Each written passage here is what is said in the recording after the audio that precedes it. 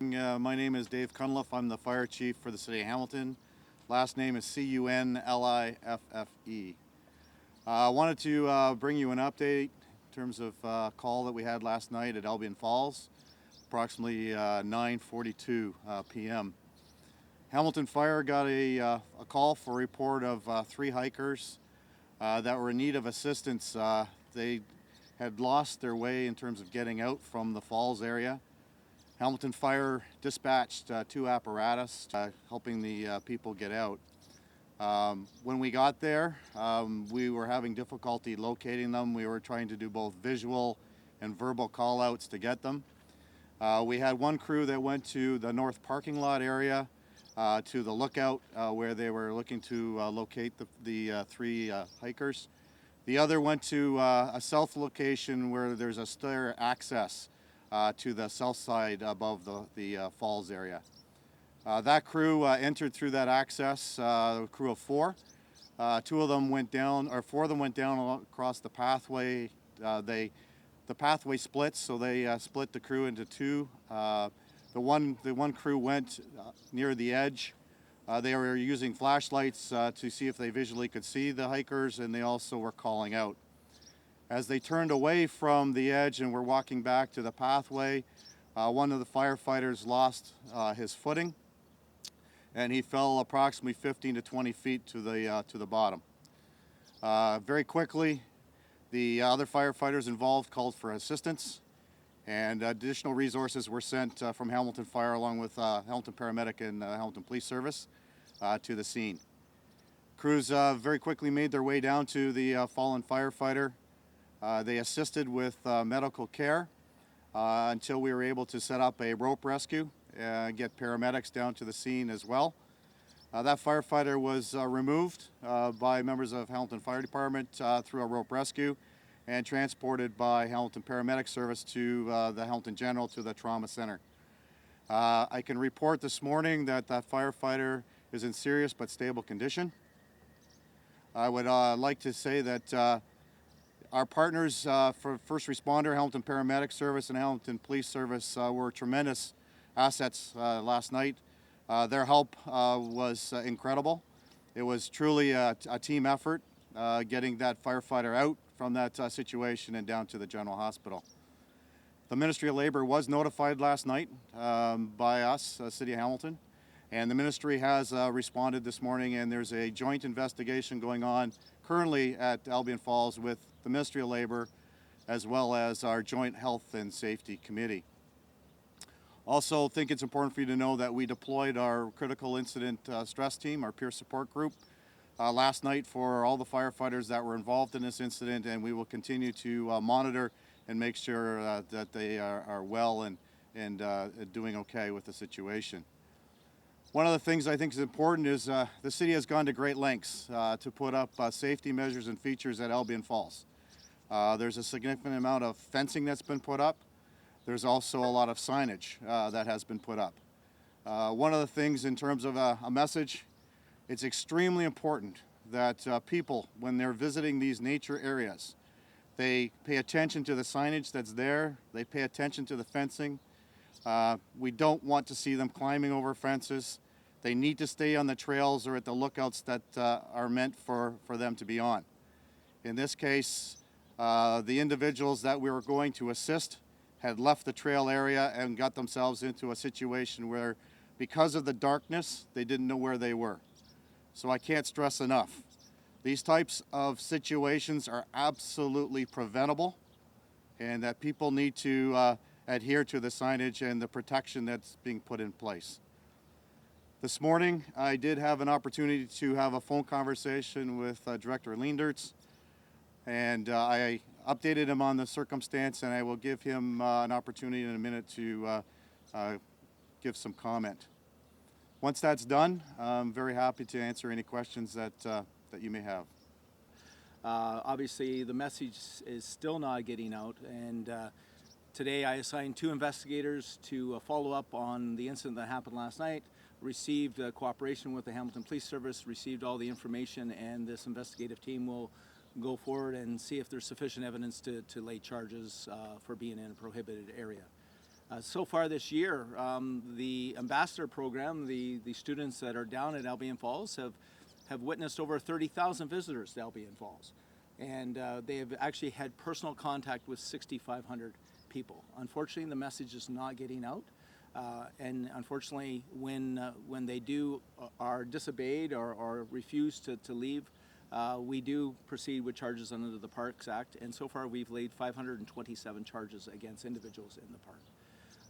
Again, our thoughts and prayers are with the firefighter, and you need to know that we take this very, very seriously, that it's been 2 years that we haven't had a rope rescue in the Albion Falls since we started the program, and we certainly want the message out that people stay on the trails and stay out of the prohibited area, which is the bowl of Albion Falls. So thank you very much.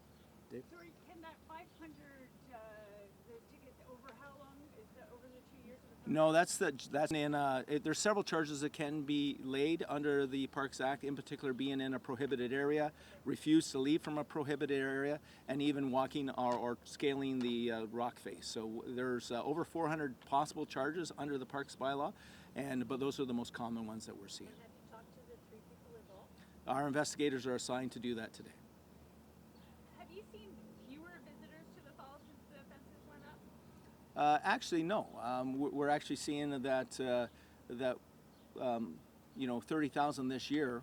We're seeing about the same as we did last year, but we're encouraged that the locals that do visit do stay on the trails. A lot of the people that come that are fortunately in the prohibited area are from out of town. And how many tickets or charges were last year? Last year was just over 500 for the same area, and we were also enforcing another area within the city, Shit Oak Falls, based on complaints. So, That was Easter to Thanksgiving. yes. So most of the people who you end up ticketing are from out of town? Or The majority of people that are ticketed are from out of town. One of the reasons we started the ambassador program was to educate people on safety and awareness and tell them to be on the trails. And so the idea was to have a good experience when they come to Hamilton.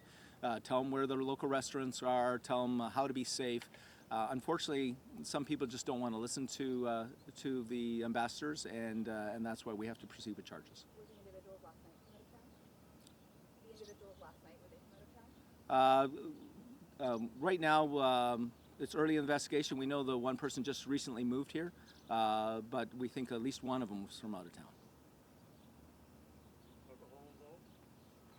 That's not for me to say. Thank you.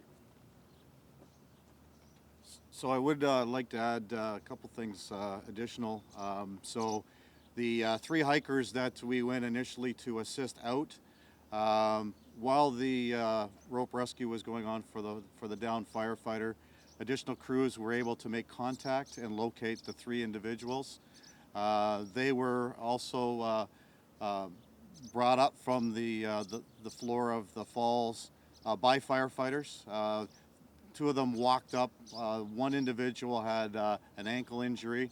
That individual was carried by firefighters up to the top, and then that individual was then subsequently transported to the general as well to be checked out. And one person was arrested. Can you talk to that, Dave? Or- Yeah, no, I don't have any information in terms of that. That's probably police. Can you talked a little bit about the response unit that went to speak with the firefighter? Yeah, we're able to get that firefighter up to the top and transport him to hospital. Certainly, that's when they start to think about what had happened, and they start to have great concern for their comrade. And at the end of the day, we want to make sure that those feelings and thoughts that they have, we help them work through that and they understand it. This is all about mental health and mental wellness, and certainly we have a focus in this department to make sure that we look after our frontline responders in any way that we can. And last night we took them out of service right away. We made sure that there was contact with them with peer support teams.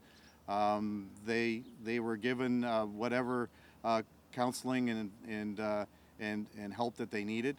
We then will continue to follow up and check with them.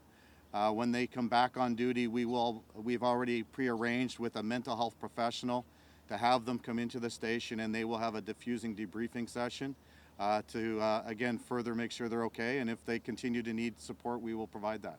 Can you speak to the specific injuries of the firefighter? Is it like broken bones or?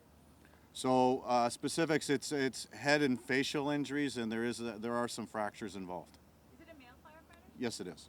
What sort of things will the Health and Safety Department and the Ministry of Labor be looking at? Are there things in your training or in your practices that you've noticed could be altered, or do you have any sense of that yet?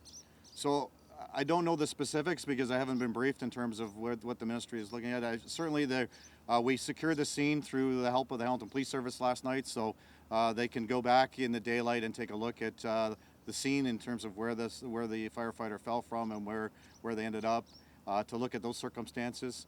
They will want to know the circumstance around what happened prior to the fall. I would suspect that they will probably be looking at for training information and records of that sort.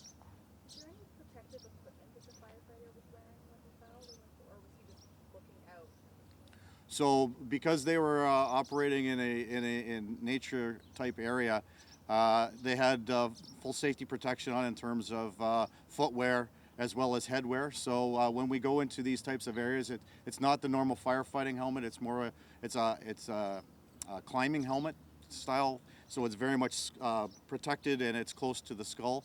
So he had one of those on when he went, and I'm sure that helped in this situation. Can you talk in any more detail about the rope rescue itself? How many firefighters went down? How long it took? So it approximately about 45 minutes in duration from the time that we got on scene and started to set up. Each incident is very different. If you're talking about the one last night, we had close to 20 firefighters on scene to do this rescue. Initially, because crews were able to make their way to the bottom without being on rope, so they had made immediate patient contact, the other members of his crew, and were helping. What we needed to do was, because of the condition of the patient, we had to set up a haul system with using a Stokes basket. So we would send over 4 rescuers, 2 at a time, would go over, they take equipment down and also start to transfer patient care.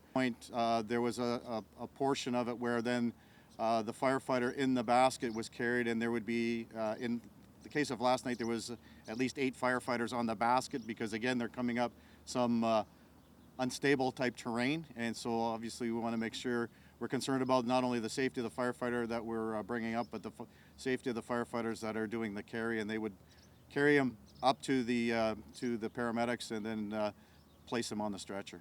So the initial 3 hikers, it wasn't a rope rescue for them. Then they walked out. Right? No, it was not. It wasn't a rope rescue for them. 2 of them walked out under their own accord, and the other one was assisted by firefighters.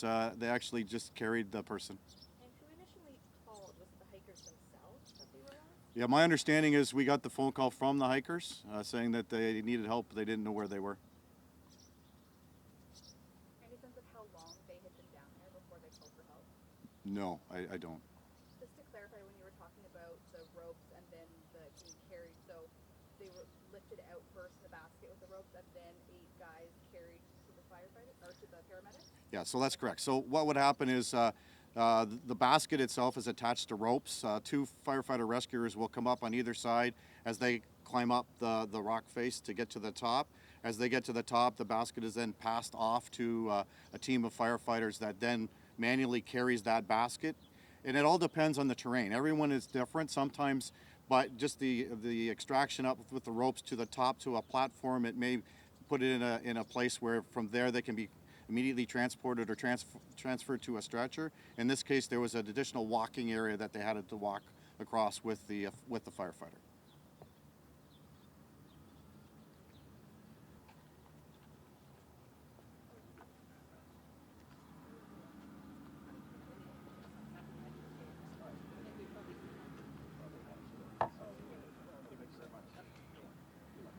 Drop it? No, wait. Just press. I know, she's Somehow it shows it. Did you have it recorded?